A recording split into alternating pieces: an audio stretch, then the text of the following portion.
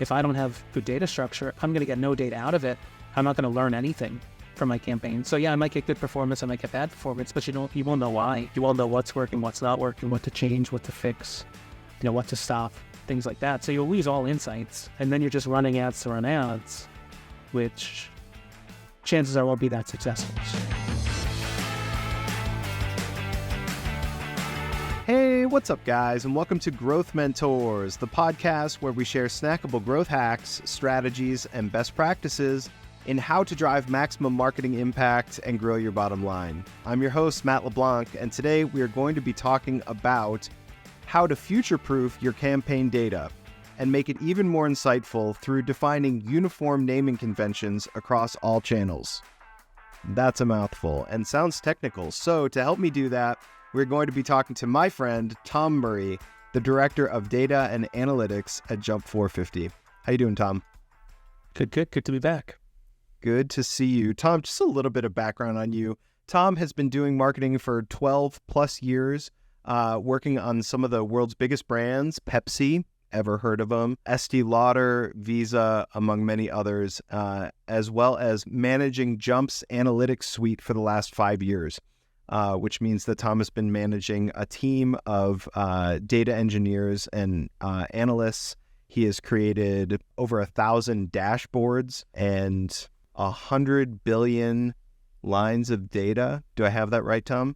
Per year, yeah. Per year. Wow, that's a flex. Anyway, just to establish your expertise a little bit here, but Tom, why don't you take us in? Why is it important that we are talking about naming conventions? Naming conventions are needed across all of our different campaigns and channels that we run in order to have clean data. More importantly, for your reporting dashboards. Without that, you're going to be just stuck in Excel sheets all day long, just manually updating your own data sets. And next thing you know, you've wasted half your day without clean naming. So having clean naming is probably the most important thing a media buyer can do to make their jobs easier. Right. And just to give like a little bit of context on like how sort of needed this information is, talk to us a little bit about the clients that we see coming in at Jump and their own naming conventions or lack thereof. Yeah, one of the first questions I ask all clients is, do you have a naming convention? And almost always the answer is no. Like 98% of our clients don't have a consistent naming convention across one channel, no less all the channels. And because of that, a lot of times their data is in quite of a mess. Right? What does that mean? That means Facebook data looks like one thing, Google data looks like a different thing. It's not combinable. It's not very cohesive across all the channels you're running, which just makes it very difficult to actually analyze what you're running across channels and even know how much should I spend across prospecting or retargeting or this specific target audience or a specific landing page. So having these naming conventions across the board allow you to start structuring your data a little bit more so you can actually aggregate data up versus having a bunch of siloed, segmented data across all your different channels and mediums. Right. So 98%, that's a huge, that's basically every client that we see coming in does not do this. So can you describe maybe some of the common scenarios that we see instead? What are companies getting wrong about their naming conventions? Well, I've seen it all. I've seen the most generic names where literally every ad was named ad 1, ad 2, ad 3, and then you'd see ad 3 hyphen copy, ad 3 hyphen copy 2. And next thing you know, that's the only thing they have in their names. But more commonly, I see the attempt at naming conventions that always have things missing in them, which if you don't do it correctly 100%, everything will break. So you either have to do it perfectly or don't do it at all. And so most of the time I see an attempt at it, but then people don't follow it. They switch the order of how things work. They spell things differently. Or more commonly, I see multiple people in the same account at the same time. So 3 people might be running 3 different campaigns, and they all have different naming conventions because they prefer to use their own way of naming it. So next thing you know, everything is messy across the board. You can't figure out how anything's doing.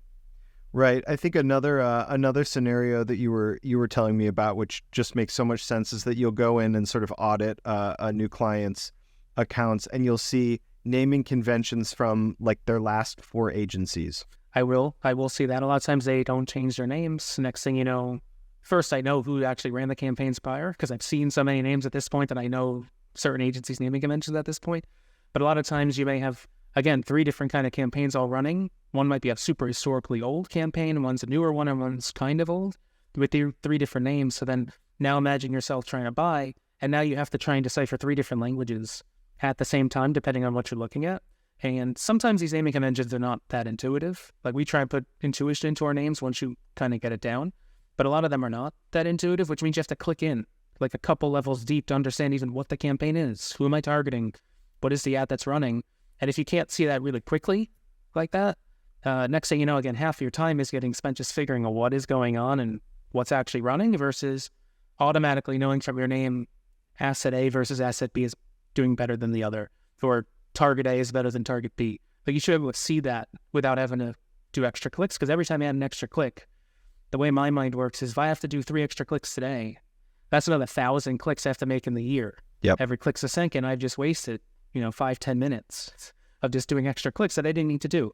Now imagine doing that across everything you do. Next thing you know, you've wasted days, if not weeks, of time for things that could have been avoided just by doing some pre-optimization work by making your names in a nice structure.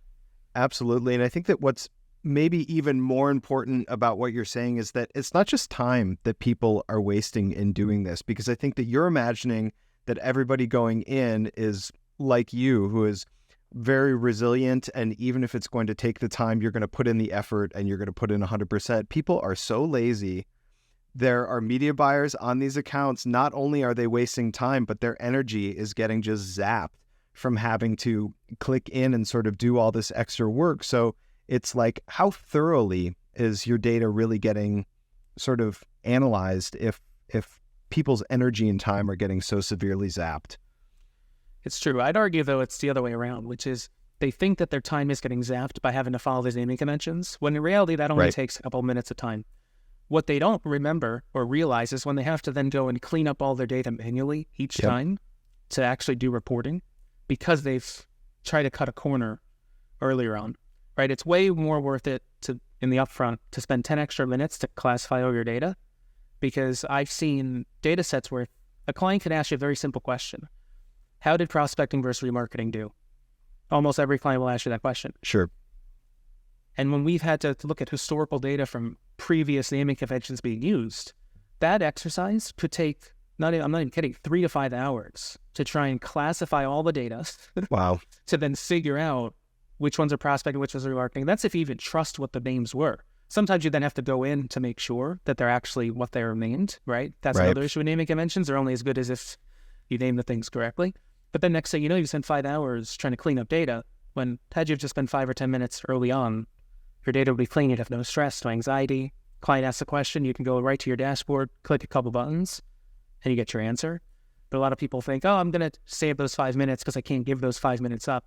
But they probably can't give those 5 hours up later when they have to go pull something. But they kind of forget about that when they start starting out and making the names. Right. So it's either establish these naming conventions across your organization, or hire the most patient expert marketers that you possibly can, because, let's be real, that just it feels like almost like a fool's errand having to click in and go to such a reach to get that information. Great context there. So thinking proactively, we've bought into your idea that naming conventions are super important, a big time saver, a big energy saver. But why are naming conventions important? Naming conventions I always like to think of as they're the building blocks creating a great report. So one of my main roles is to architect all the reports that our teams use and our clients use. And if I don't have the naming conventions, it's like I'm trying to organize a bunch of books in the library in the dark while being handcuffed at the same time. Basically, it's almost impossible, right? So if the data is clean going into the dashboard, people say garbage in, garbage out kind of a thing. So if the data is clean going into the dashboard, it makes my job and my team's job much easier to create the dashboard quicker, which means teams get their data faster. It'll make the data easier to understand because it'll be much more structured. It'll be a lot less time consuming to actually decipher what's going on inside the name. So it saves time, not just for the people on the front end around how to analyze, but also on the back end too, to create the reports. Some of our reports are quite complex. Like you said, There's 100 billion rows moving around. These reports don't get built in 5 minutes. Sometimes some reports could take a couple of weeks to build based on how complex they are. And if we could make that take 3 or 4 days quicker because the data's cleaner, it's something we can control, right? Control the controllables. If I can make it quicker because of something I can do, I want to do that. There's a lot of things we can't control. But if we can get that out of the way, we'll be in a much better spot. And I always like to say that the more you put into the name, the more you're actually going to get out of it, because as you add more and more things into the naming convention, they get more granular. And I'll talk about in a couple minutes around like what are the things that go into them. But the more you put in there, right, there could be 10 or 15 or 20 things that you stick or stuff into the naming convention. Each one of those things can now be reported on. If you have a very generic naming convention that just says video view campaign, or in my example before, ad 1, ad 2, you don't know anything about that ad. You don't know anything about the campaign. So you can't say who it's targeting, where it's worth, what it's driving to. You have no idea. So your report's just going to be like, this campaign had $1,000 in spend and 10 purchases.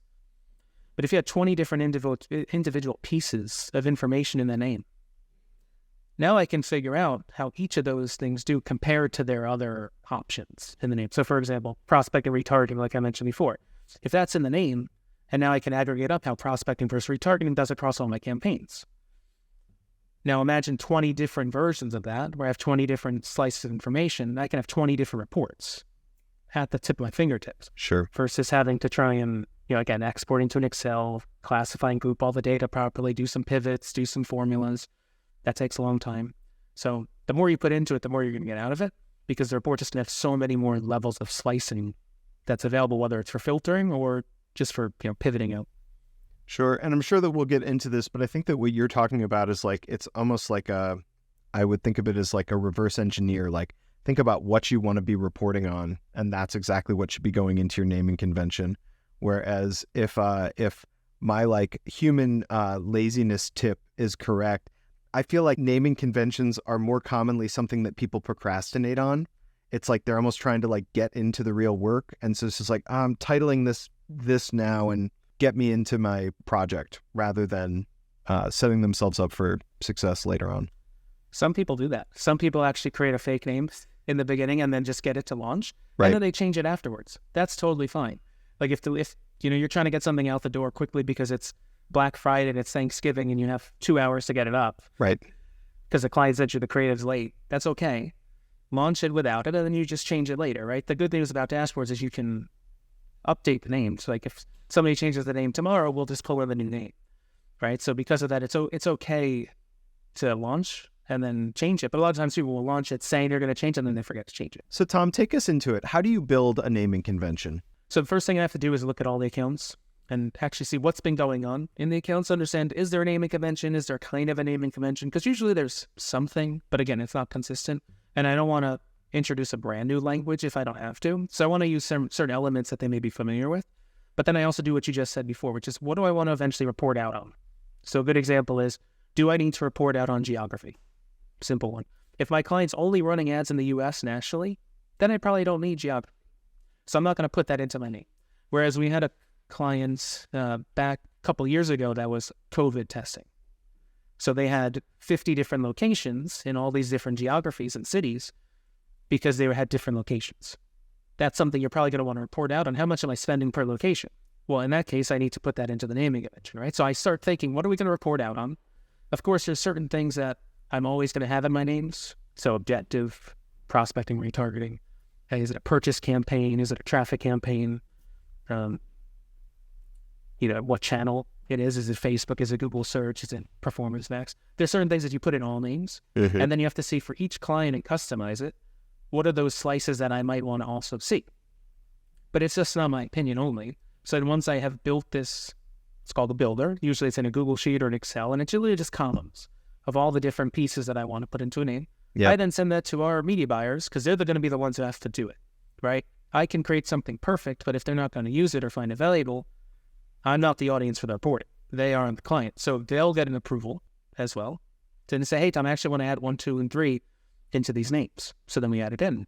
And then we'll send to the client for approval too. They're going to have to read it. They're going to have to decipher it. And they may have other things they want to also get reporting on. So it's not just me creating it, unilaterally. It's getting input from all the people involved who are going to need this because the reports are not for me. They're for the team and the client.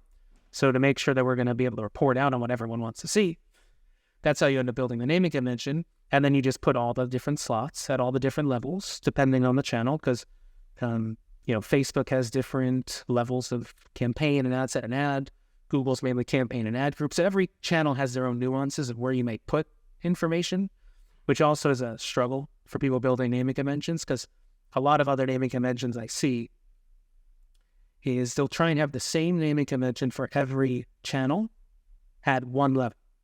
So even though in the beginning we said, hey, you should have the same naming convention across all channels, you should have the same naming convention elements across all the channels, but where they sit may be different. I may place the objective brand or non-brand search in the campaign name for Google, but I may place the objective for Facebook, prospecting, retargeting, at the ad set level, because that's where you set those settings. So it's more intuitive to put in different spots. On the reporting backend side and all the coding and the engineering of it, we take care of that where, hey, it's on one level here and one level over here. Sure. That's okay. Right? So the key thing is all the channels need to have the same elements across the board, but where they live may be slightly different. Whereas sometimes people try and, not because they're lazy, but sometimes due to skill level or knowledge, have to put it at one level, and every channel has to use the same name across all the campaigns. Mm-hmm. That doesn't work. And then you end up getting a lot of channels that have a bunch of blanks or X's or nonsensical things that aren't needed in there. And the more stuff you put in there, the tougher it is to read. So we have custom naming conventions by channel that ladder up to an overall naming convention by client. That makes it a lot easier because the search person doesn't want to have to do the naming the way the Facebook person does and vice versa, because they may have things that they don't need in the name. And so wherever we can cut and make the plane more efficient to fly faster and further, we throw it right out the back. If we don't need that much fuel, we get rid of it. If we don't need, those seats, we get rid of it too. We want to make, because the names are very long. In the end, they're hundreds of characters sometimes. So even just cutting out 10 or 20 characters of noise just helps shrink it and make sure it all fits and everything like that.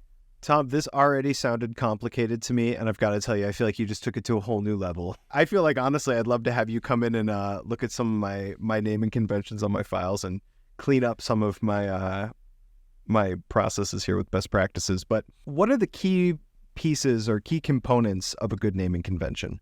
Yeah, so like I said, certain things are required that I require in all clients we have, because there are certain things that I want to be able to report on.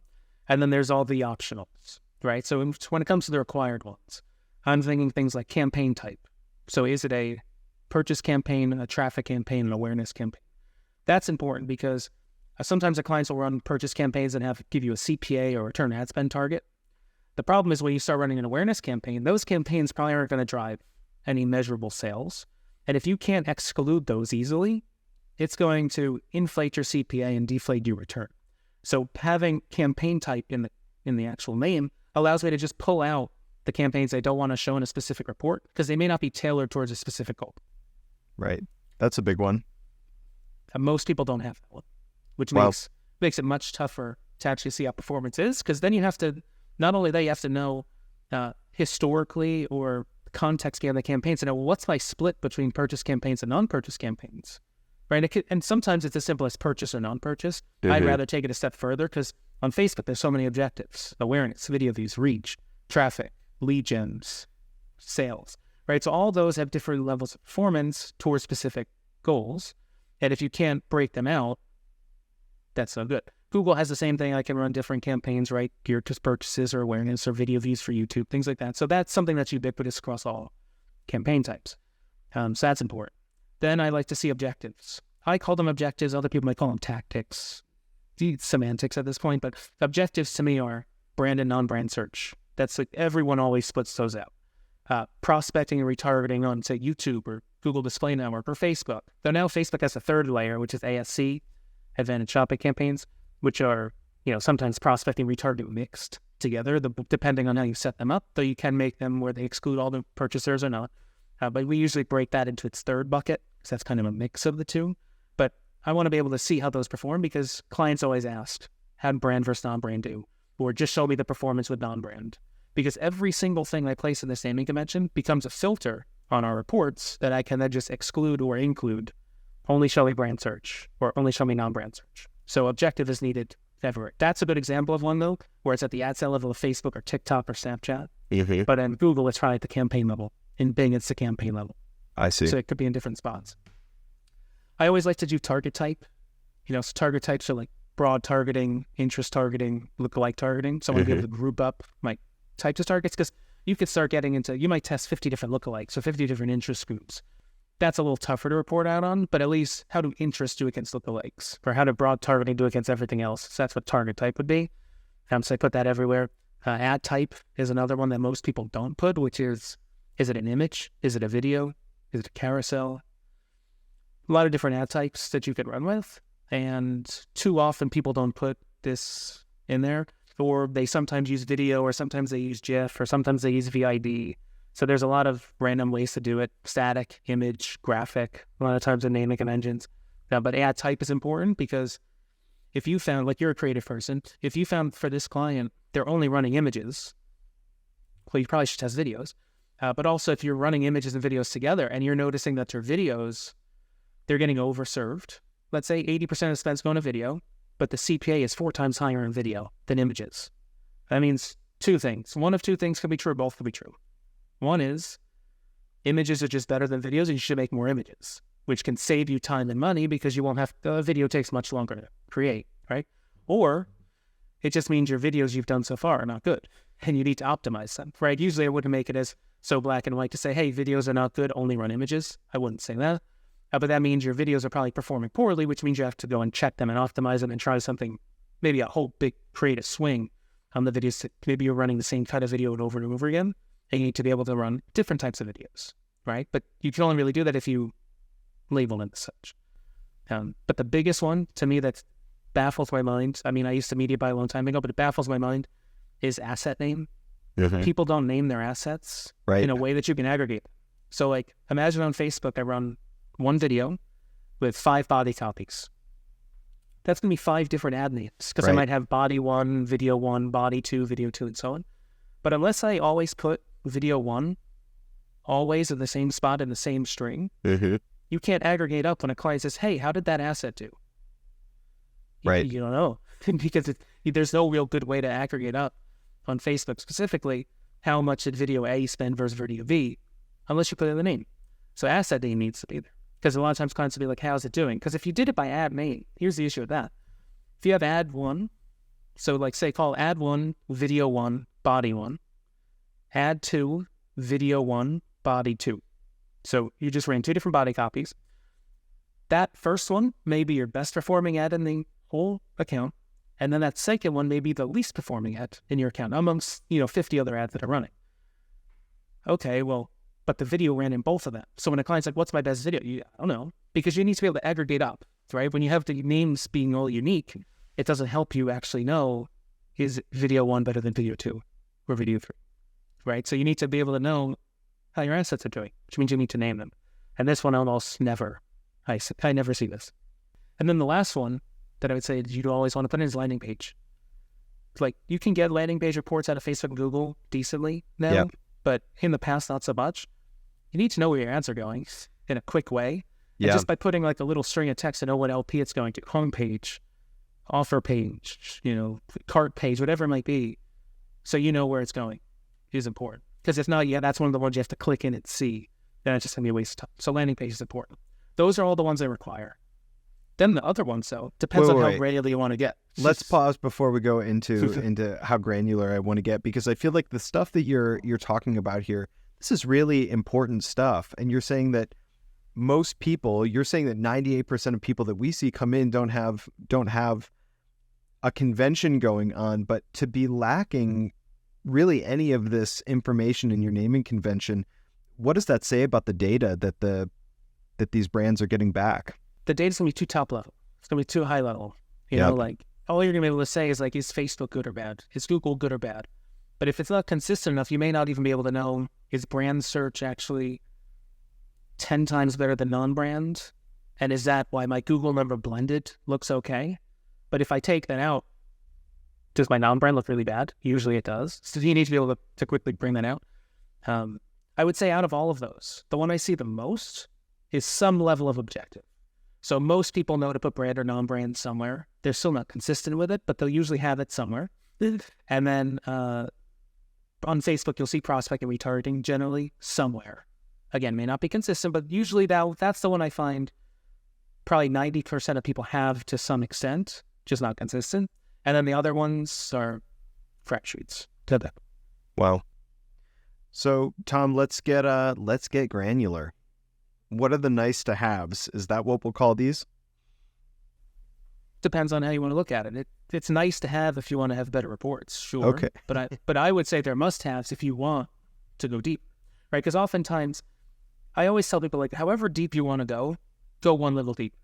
Because chances are you'll find something in there that was going to get hidden by the fact that you were one level too high. So, like, I think of a pivot table. It goes here, then it goes here. It's like a step. If you're going one extra step, you may uncover stuff that you didn't know until you did it, right? So, good example is, you may say a channel is doing poorly last week. Say Performance Max is performing badly. Without going deeper, someone might say, oh, let's just cut the Performance Max budget by 30%. But then you go and you look at the campaigns and you see, oh, 4 of the 5 of them did fine. And it was one problem child campaign that completely tanked. Well, then you just pause that one and you keep the other 4, right? That's a very simplistic way of looking at it. But if you didn't go down that to the campaign level from channel, you would have said Performance Max was bad. Yep. No, 80% of Performance Max was fine. 1 was really bad. So you cut it, right? So the things that we want to put in the names are super granular, but they can help you get that one extra level deeper, right? So you're more on the creative side, right? So I'll start there. The ad name is what I find to be the most neglected of the 3, at least on Facebook, between campaign, ad set, and ad. People barely put anything in there. Give us an example of an ad name, because I feel like the more you're breaking this down, I could go in a couple directions even with ad name, right? So like, most of the time, someone will just name it something very generic. Like I said, ad 1, 2, and 3 is the most generic you can get. But like a lot of times it'll just be like them trying to name the video. Sure. But it may only mean something to them. So would that be like, that would be like UGC testimonial quality angle? Exactly. Right. Okay. Something very generic like that. Doesn't tell you anything about the copy, the headline, anything else about the ad. Right. So things that you might want to put in to add more information. Because a lot of this stuff that I tell you, you can't get out of it unless you know exactly what the video is and classify it yourself. So you got to put this in the name. So certain things like, what's the hook of the ad? So the hook is like the first 5 seconds. And, you may have the same video that's the same 25 seconds at the end, but the first 5 seconds switch out for different openers or hooks, however you want to call it. Everyone uses different terminology. So you need to name the hooks because you want to know how hook A versus B versus C does. Yep. Right? The length of the ad. So wait, is it a 15 second? Pause me there for just 1 second though. So like when you're talking about like the hooks, are you saying that you're giving specific names to each hook, like straight to camera or like close up of product would be a hook name, or are you saying a hook name would be like hook A, hook B, hook C? Either is fine. The key is you need to be able to then know what it is. Sure. Right? Even if you name it as close up camera or far away camera, you may not know what those are anyway. So you may have another sheet that has a map of like hook A is this video, hook B is this video, right? But a lot of times I see that the better ones are where you do name it to some extent, right? Like close-up camera or whatever it might be. That makes it easier because, again, it's a little more intuitive to know which one might be working. Between that and seeing like a little thumbnail, you may be able to know what ad it is without having to click into it and letting it load, for example. Yeah, so I prefer more descriptive than like a code. Where you say hook A, body 1, headline 1, like those don't exactly mean anything. Then you're going to need like a lookup table somewhere else to know what they are. Sure. Although depending on how much creative you're running, I don't know, maybe it would be helpful to have that table to sort of track all of the different codes. And in that case, I'm just thinking about the creative production. In that instance, so important to not have your media and your creative department siloed away from one another, because really the creative production team is going to need to be using the very same codes that the media team is going to be using to launch the assets.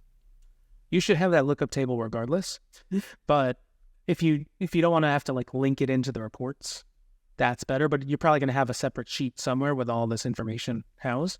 The better approach, which I think is where you're going with this, which is how can you link the asset to like your creative approval sheet where the clients are approving everything, to the workflow of when you're actually creating the ads, to the actual ad name, and how can we make that all relate to each other so that way we can link them all together.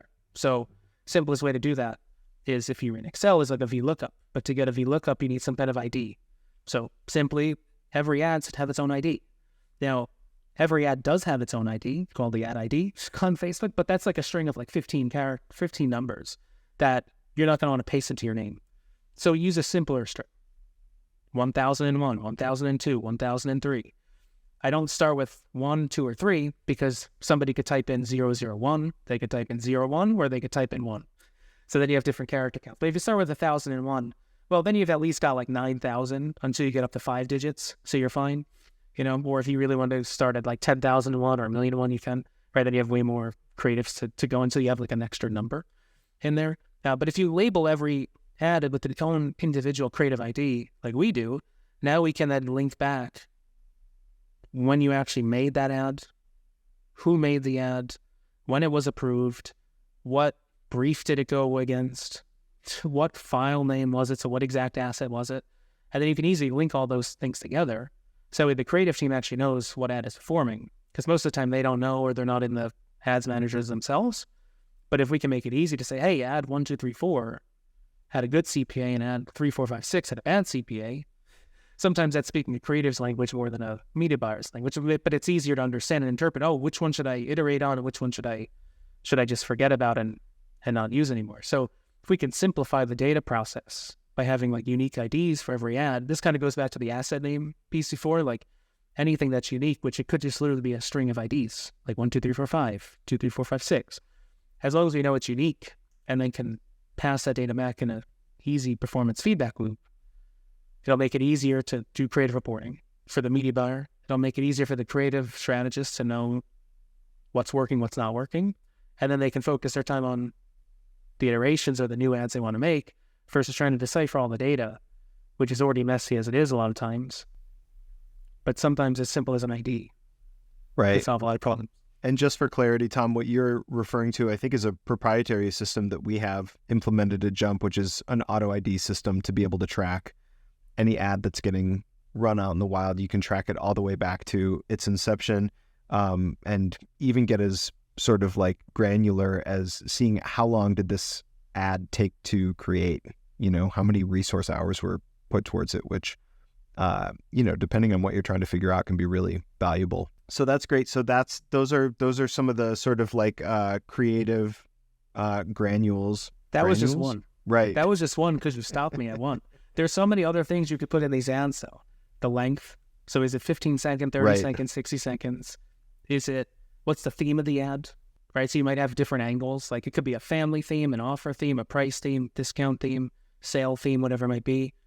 These would be agreed upon between you and the client probably of what your theme types might be. You could think of like your UVPs, your value props could go in there. If it's a promo or an evergreen offer, that's always good to see, like, how does that do? Because a lot of times people say, oh, we want to run Black Friday ads. The best ads on Black Friday and Cyber Monday are your ads that have been running for the past year that don't mention Black Friday.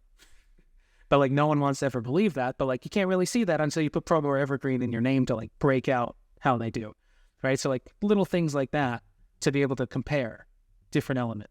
Right? There are some automated systems I've used before. Well, they will use AI to classify things in the ads. Like, oh, it has backpack, has a person. So those things, if you want to really put those in names, you have to manually put them in. Like, oh, it's a blue ad versus a red ad versus, has border, no border. Like you can get really specific with it. You usually don't have to get to that level a lot of times. But, with an AI system, you could probably do that. With a manual system, I wouldn't go to those levels. But like that's how far you could take this, with person, without person, with captions, without captions, what kind of effects are on the videos? Like, is it 3D? Is it not 3D? Is it a voiceover? Is it an AI voiceover versus an actual person? Like, there's so many things that every ad is so unique that you could keep stuffing those into the names. And if you put 25 things in the names, I can get 25 different reports to figure out which of those elements actually are driving performance in an aggregated way. If you only look at ads in a very small sense, you don't get enough statistical weight to know how does this do over a bigger sample size. But by putting all these things in all your names, the next thing you know, you spend $300,000, $400,000, $500,000 across all these ads.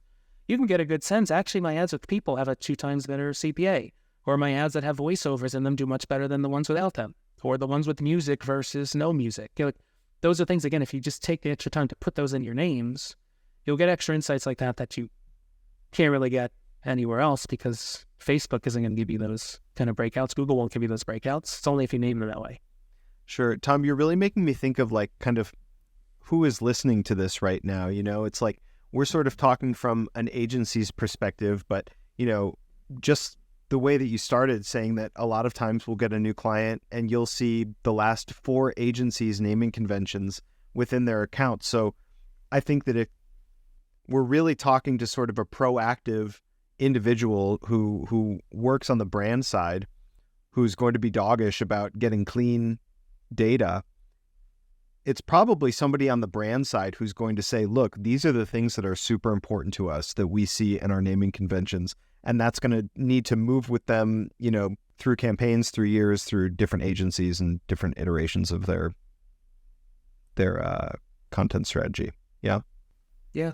Or, I kind of think of it as like a group project in college, right? Like, what is it? How does that work? Well, until somebody steps up and says, this is what we're doing, everyone starts following. Right. Right. Sometimes people just need somebody to actually create the builder to follow. And it's a lot easier to do it. And honestly, it doesn't take long to make a builder. Like if I have a good sense of what this client is going to need and I can see their accounts and everything, it might only take 15 or 20 minutes to create the whole thing. So it's not a high time estimate on my end.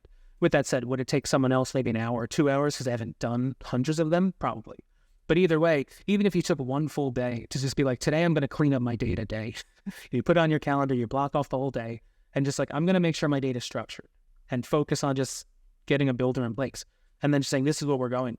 Sometimes people just need that extra push to be like, I just needed the builder. I'll follow whatever you give me, but I don't want to figure it out myself.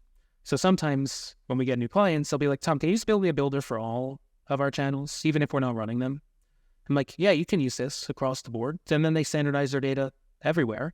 And you rip the Band-Aid off once to fix everything. It's like you get an injection and you're like, okay, now I'm better. I've taken my medicine. And then you just can't keep off of it. It's like if you stop taking your medicine for your heart issues, like you may have a heart attack at some point because you stopped taking your medicine. Same thing with this. You got to keep up your naming conventions, or else if they start getting messier and messier, well, then that clean data you had 6 months ago is no longer clean, and then you're going to have run into issues again. So you got to really keep up with it and enforce the naming convention. Right. And I don't want to jump ahead too much, but I think that we are in a couple minutes here going to talk about, it's one thing to establish a naming convention. It's another thing to get your team to consistently use it. So we maybe have a couple recommendations in how to do that. But before we get there, I don't want to walk away from this this sort of the granular, detailed naming conventions. Did you have anything else notable that you wanted to flesh out in that area? I mean, I talked mostly about the ad levels, but there's other settings at the targeting level that you might want to include. So, for example, am I running on specific placements? Geography may come into play again here. Right. Age and gender if you're breaking campaigns out that way. On Facebook, what your attribution setting is, because you can set how I'm optimizing. Certain ad sets may be optimized to 1-day click. Some might be optimized to 7-day click, 7-day click, 1-day view. That's not something easily discernible unless you put it in the name. So, or unless you have the API access to pull that into your reports. So these are all extra pieces that you would add on top. And then a good naming convention is flexible, where you can add custom things as you need at the end, right? So like a lot of times people think, oh, now I'm stuck with this forever. You're not stuck with it forever. Just make sure you always keep your same order in the front. And then at the end, you can start adding more things because campaigns change. What you need in a campaign is change. Or a good example is, let's say you only run those US campaigns, right, for geography. Well, a client could say, hey, we're shipping international now. Oh, sorry, client. Can you tell them this? Sorry, client. Can't run your campaigns internationally because we don't have a slot or naming convention for US. It's going to break all your data, so we can't do it. Find someone else. Right? Can't say that, right? So we would add another slot to the naming convention for country or geography, right? So naming conventions can be flexible over time. I think people sometimes have a hard enough time following the first one, right? So then introducing changes to it constantly can make enforcement even tougher or compliance tougher, but they're evolving creatures, Yeah. So Tom, take us right into it. How do you enforce this naming taxonomy upon a team or throughout a team? This is where Tom gets to play bad cop sometimes. Yeah. I get to be the police, right? So like whenever we onboard a new person, I have a slide in my training that I give for reporting that literally is in bold and purple and underlined. And I'm like, if you take anything away from these 50 slides I've gone through, it literally says, what happens if you don't follow the naming convention? And in that bold purple underline, it says Tom gets really, really bad. To be like, first and foremost, like follow the naming convention, because naming conventions are so important, because if they break, then your reports break. Then if a client goes in to try and get data and it's also broken, they've lost trust in the reports, right? And it's all about trust. Like I can trust all the numbers I'm looking at. So it's super important to follow them. And so to enforce them, it's just creating this culture of what the impact of the taxonomy is. Too often times, I've had to be forced into taxonomies in various cases. And when I say taxonomy, that's the same thing as naming convention. Sure. They use them interchangeably. I've been forced into taxonomies where I can't see the benefit of what I'm doing. So I'm spending all this time and I'm not getting any benefit out of it. Right. So I make a value trade with the team basically that says, hey, if you go very granular in your names, I will give you the reports based on those slots that you've taken the time to put in there. Mm-hmm. So if you want to put extra time in, I will give you those reports for you. So they can see the impact of it. Whereas a lot of other times you're just kind of forced to do it because everyone else is doing it. And the next thing you know, you're like, well, this is kind of pointless. I don't need this. Half this naming convention has nothing to do with the channel I'm running. And I don't see any reports based on it. So why am I even doing this? So once you get that in your head, it's tough to then always follow it because you're like, why? What's the purpose? A lot of times we will get clients who think they have naming conventions and they'll go super granular, but also super manual with their names. And I'm sure some clients will watch this too, but this is a little secret, which is I say call my bluff. And I say that because I'm like, I'll ask them, show me the reports that are at these individual levels that are so manual. And anytime you add manual stuff into it, it creates potential errors. So you want to have as least amount of error as possible, or manual entry as possible to reduce error. And I'll be like, can you just show me the reports that go down to these granular levels that you're asking for? In 12 years in that, no one has come to me and said, hey, here's the report. So a lot of times people just make the taxonomy to do it, and then they just follow it blindly, if they're even following it. Right. But they don't even see the impact. So for me, it's like, how do I just make something that I know people get impact out of, and how will they benefit from it? And then it's quite easy, because then once they like those reports, they get hooked on it, because then every other account they're on, they want the same thing. So then they naturally start doing the taxonomy where I don't have to police it. Doesn't mean it's 100% perfect all the time. There's little things that happen, but those are easily correctable. And you're kind of getting them hooked on their own supply, if you will. Sure. But once they follow it, they see, oh, wow, I can get these level of reports. I'm going to always do this. So it actually makes my job a little easier, but you have to create that culture first to show them why they're doing it. Once they see it's important, it makes it easy. Right. You got to make it affect their experience on a personal level. I feel like you just touched on something that's kind of sounds important, though. Can you tell us a symptom of a brand who believes that they have a naming convention in place, but they actually do not? I don't know if it's about a symptom. I think it's more about people don't want to change the status quo. So a lot of times what will happen is somebody will make a builder from 5 years ago. Then that person will leave the company, or other people leave the company, and then it gets passed down.